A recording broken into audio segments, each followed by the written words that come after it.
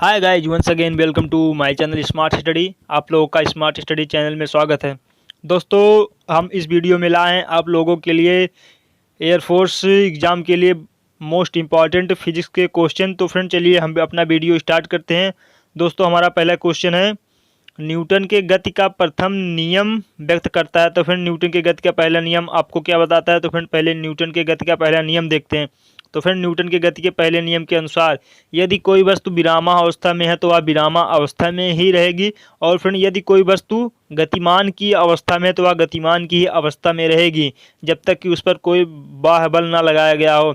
तो फ्रेंड, इस प्रकार यह अपने न्यूटन का नियम यह बताता है कि कोई भी वस्तु अपने अवस्था परिवर्तन का विरोध करती है। तो फ्रेंड, इसे ही हम जड़त्व का नियम कहते हैं फ्रेंड्स। तो फ्रेंड, न्यूटन के गति का प्रथम नियम जड़त्व का नियम भी कहलाता है। बढ़ते हैं दोस्तों नेक्स्ट क्वेश्चन पे। हमारा अगला क्वेश्चन है, किसी पिंड पर समरूप बल लगाने पर स्थिर रहने वाली राशि है। ऑप्शन है हमारे, ऑप्शन ए गतिज ऊर्जा, ऑप्शन बी संवेग, ऑप्शन सी वेग, ऑप्शन डी त्वरण। तो फ्रेंड्स, हमारा पल का फार्मूला होता है या फिजिकल टू एम ए, लेकिन फ्रेंड इसमें कह रहा है बल, किसी पिंड पर समरूप बल लगाने पर स्थिर रहने वाली राशि। तो फ्रेंड, बल समान लग रहा है। तो friends, F upon M equal to A. तो फ्रेंड, हमारा जब बल समान रहेगा, बल स्थिर रहेगा, तो फ्रेंड हमारा एक्सीलरेशन भी स्थिर रहेगा। तो फ्रेंड, हमारा करेक्ट आंसर है ऑप्शन ए त्वरण। एक्सेलरेशन कांस्टेंट रहेगा यदि समरूप बल लग रहा है। हमारा अगला क्वेश्चन है, बल और समय जब तक कि बल कार्य करता है का गुणनफल कहलाता है। ऑप्शन ए जड़त्व, ऑप्शन बी आवेग, ऑप्शन सी त्वरण, ऑप्शन डी संवेग। तो फ्रेंड्स, हमारे क्वेश्चन में कहा रहा है बल और वह समय जब तक कि बल लगा हो, तो फ्रेंड इनका गुणनफल क्या कहलाता है? तो फ्रेंड, इसको हम आवेग कहते हैं, हमारा आवेग होता है। आप लोग को आई थिंक आप लोगों को पता होगा। तो फ्रेंड्स, रिवीजन हो जा रहा है अच्छे से। तो फ्रेंड, हमारा करेक्ट आंसर है आवेग। बढ़ते हैं नेक्स्ट क्वेश्चन पे। रॉकेट नोदन की कार्यविधि आधारित है। ऑप्शंस हैं, ऑप्शन ए न्यूटन के प्रथम नियम पर, ऑप्शन बी संवेग संरक्षण के नियम पर, ऑप्शन सी द्रव्यमान संरक्षण के नियम पर, ऑप्शन डी न्यूटन के द्वितीय नियम पर। तो दोस्तों, इसका करेक्ट आंसर है ऑप्शन बी संवेग संरक्षण के नियम पर। चलिए हम आपको बता देते हैं कैसे रॉकेट नोदन संवेग संरक्षण के नियम पर वर्क करता है। तो फ्रेंड, जैसे कि रॉकेट आपका जब लॉन्च होता है तो फ्रेंड उसका मास एक स्पेशल मास होता है, और फिर उसके बाद वेलोसिटी भी उसका एक v1 वेलोसिटी होता है। लेकिन फ्रेंड, जब वह लॉन्च होता है तो फ्रेंड उसका ईंधन नीचे निकलता है, जिससे फ्रेंड उसका ईंधन नीचे निकल जिसका फ्रेंड उसका मास कम हो जाता है। और फ्रेंड, हमारा संवेग संरक्षण का नियम है, पहले का संवेग और दूसरे बाद का संवेग बराबर होता है। तो फ्रेंड्स, जैसे कि m2 जब उसका ईंधन खत्म होता है तो फ्रेंड m2 कम हो जाता है। तो फ्रेंड्स, संवेग संरक्षण के नियम के अनुसार से जब m2 कम हो जाएगा तो हमारा v2 बढ़ जाएगा, जिससे कि हमारे रॉकेट का स्पीड बढ़ जाता है। तो फ्रेंड्स, m2 कम होने के कारण v2 बढ़ जाता है और फिर हमारे रॉकेट का स्पीड बढ़ जाता है। यही हमारा संवेग संरक्षण का नियम है। इसी प्रकार हमारा रॉकेट नोदन का कार्यविधि है। तो फ्रेंड्स, करेक्ट आंसर है ऑप्शन बी संवेग संरक्षण के नियम पर। बढ़ते हैं नेक्स्ट क्वेश्चन पे।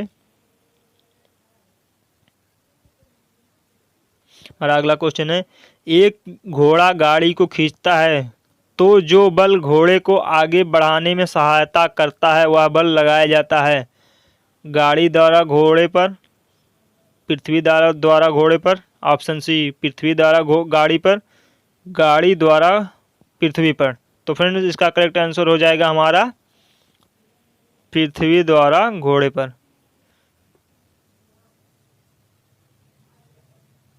इसका करेक्ट आंसर है ऑप्शन बी पृथ्वी द्वारा घोड़े पर। तो फ्रेंड्स, जब घोड़ा गाड़ी को खींचता है तो फ्रेंड घोड़े के पैरों द्वारा गाड़ी पर एक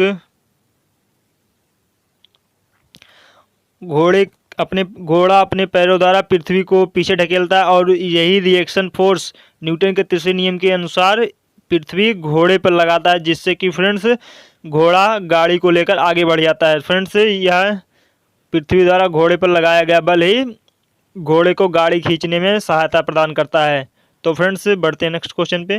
हमारा अगला क्वेश्चन है, एक क्षैतिज सड़क पर कार की त्वरित गति उस बल के कारण होती है जो, हमारा ऑप्शन है, ऑप्शन ए कार की इंजन द्वारा लगाया जाता है, ऑप्शन बी कार के ड्राइवर द्वारा लगाया जाता है, ऑप्शन सी सड़क द्वारा लगाया जाता है, ऑप्शन डी इनमें से कोई नहीं।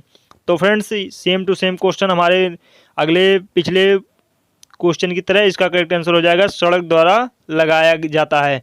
तो फ्रेंड्स जब गाड़ी पहिया चलता है, फ्रेंड पहिया एक बल लगाता है पहिए द्वारा, मतलब पहिए द्वारा कहने का मतलब यह है कि गाड़ी द्वारा बल लगाता है सड़क पर, और फ्रेंड्स सड़क उसी के रिएक्शन में एक बल लगाता है गाड़ी पर, तो फ्रेंड्स जिससे कि हमारा गाड़ी आगे बढ़ जाता है। तो फ्रेंड्स इसका करेक्ट आंसर हो जाएगा सड़क द्वारा लगाया जाता है। बढ़ते हैं नेक्स्ट क्वेश्चन पे। हमारा अगला क्वेश्चन है, यदि लिफ्ट में वस्तु का भार कम प्रतीत होगा जबकि, तो फ्रेंड किसी लिफ्ट में वस्तु का भार कम प्रतीत होगा जबकि, ऑप्शन ए एक समान वेग से नीचे उतरती है। तो फ्रेंड यदि एक समान वेग से नीचे उतर रही है लिफ्ट, तो फ्रेंड उसमें उसके द्रव्यमान मास, उसके भार में कुछ परिवर्तन नहीं होगा। अगर फ्रेंड एक समान वेग से नीचे उतर रही है तो friends m ji minus R is equal to M a, यहाँ ए जीरो हो जाएगा तो फ्रेंड आर हमारा एम जी हो जाएगा, same to same R is equal to m g हो जाएगा।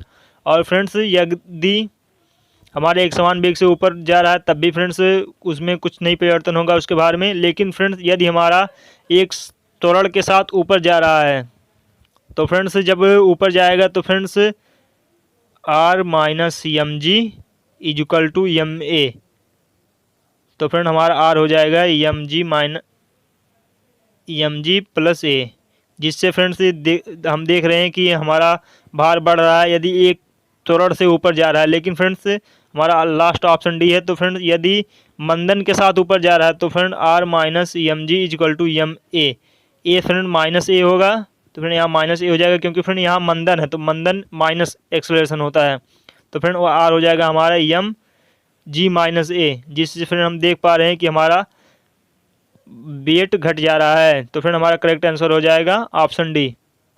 जब लिफ्ट मंदन के साथ ऊपर जाएगी, कहने का मतलब है कि फ्रेंड या लिफ्ट मंदन के साथ ऊपर जाएगी या एक्सेलरेशन के साथ नीचे आएगी, त्वरण के साथ नीचे आएगी, तो हमारा लिफ्ट में वस्तु का भार कम प्रतीत होगा। हमारा करेक्ट आंसर है ऑप्शन डी।